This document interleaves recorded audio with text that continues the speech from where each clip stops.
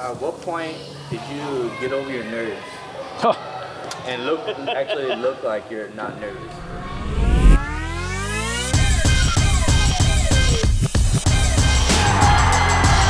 So, what's your name? JD, thank you for the question. The question was, how long did it take to get over your nerves and to at least look like you were comfortable? Brother, I live by fake it till you make it, all right? So, that's what I mean, and let's all be honest, right? Half the battle is the swagger, right? How you present things like that. If you come over, and again, I don't know high school mechanics. I'm not a big guy. So I was always taught project strength. Now that doesn't mean be a butthole. That just means project strength. Strong fist. Strong signals. Oh, sorry, we don't call that. Sorry, bad signal there. We won't give the travel one. So, present strong numbers. For me, again, 5'10", I put my numbers up here, so it makes me look a little bit bigger, right? But a strong fist. This, to me, does not look strong. Just my opinion. Now, maybe some mechanics tell you to put a fist up. If you're going to hammer a nail in the wall with your hand, are you going to hammer it like this, or are you going to hammer it like this? Hammer that nail. Bang. Bang. Or if you were an umpire, you going to call an out like that, or are you going to call, he's out? Whatever. It's project strength. To my last game, I was fortunate enough, 2019, I worked game 1 and game 5 of the NBA Finals that year. I'm nervous every game. I don't think if you truly want to do this, you never get over that. I was just as nervous in my very first junior high game that I worked. My very first JV game, my first varsity game, my first CBA game, my first WNBA game, my first NBA game, my last NBA game. I was nervous in every single one of them. Even more reason why you train, you watch video, you know the rules, because you have a confidence. For us, every court is 94 by 50. So I try to be a golfer too, and they tell you should have a pre-shot routine where you take a practice swing and you visualize, and once you start the practice swing, then when you step up to the ball, it's all automatic. So when you practice on the driving range, you should take a practice swing and then address the ball just like you're going to hit the shot in real life.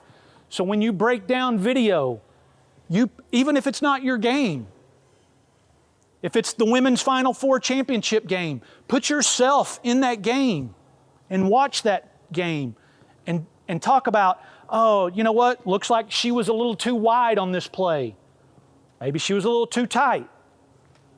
Called a play from a stack, from a closed look, whatever. Put yourself in those games, and that's what really, in my opinion, sets great referees apart from good referees. They watch tape. They watch tape. They watch tape. Because there, not only do you get your experience, but you can multiply that experience by watching more games. And then when you're watching somebody else's game and you see a play that you've never seen before, it's like, oh my goodness, rewind that. Watch that. Watch how they handle it. Maybe they handled it correctly. Maybe they didn't. Take that play, send it to your mentor, and say, hey, Mike, what would you have done on this play?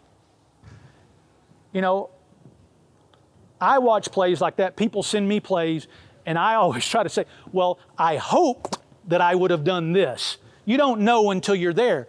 But one of the things that NBA referees are really, really good at is recall.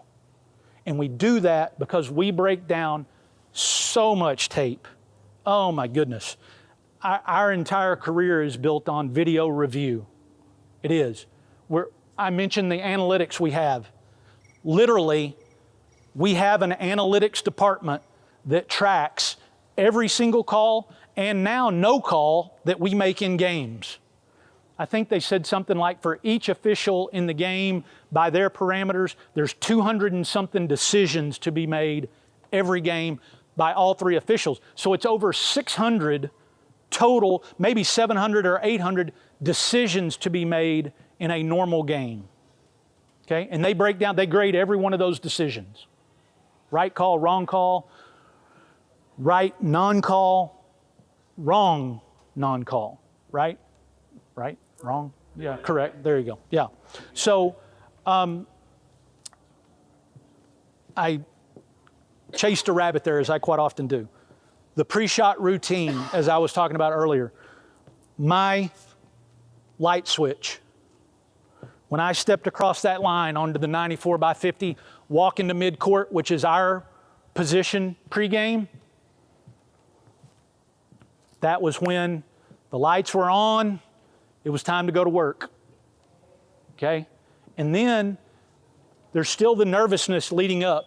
And my pregame routine was I would stretch at midcourt, and then about after the captain's meeting, which we do at 5 minutes left on the pregame clock, I would then start jogging the sideline opposite of the bench, okay? And so that was all leading up, but still the nervousness, the butterflies are still there. Come over, national anthem, all that sort of stuff. As soon as that ball went up, man, it was on automatic pilot at that point. But that's where you have to be confident in your training, because in times of pressure, you're going to resort to what you know. And if you don't know, it's a pretty nervous place to be. Another saying we always had is pressure bust pipes. And it does. You see it in players all the time. Guys that are great 3.5 quarter players, but they just not the guy down the stretch. You know, or they're not the team down the stretch. Pressure bust pipes. But the more knowledgeable you are, the more pressure you can withstand. Okay? And that comes from video review, knowledge of your rules, that sort of thing.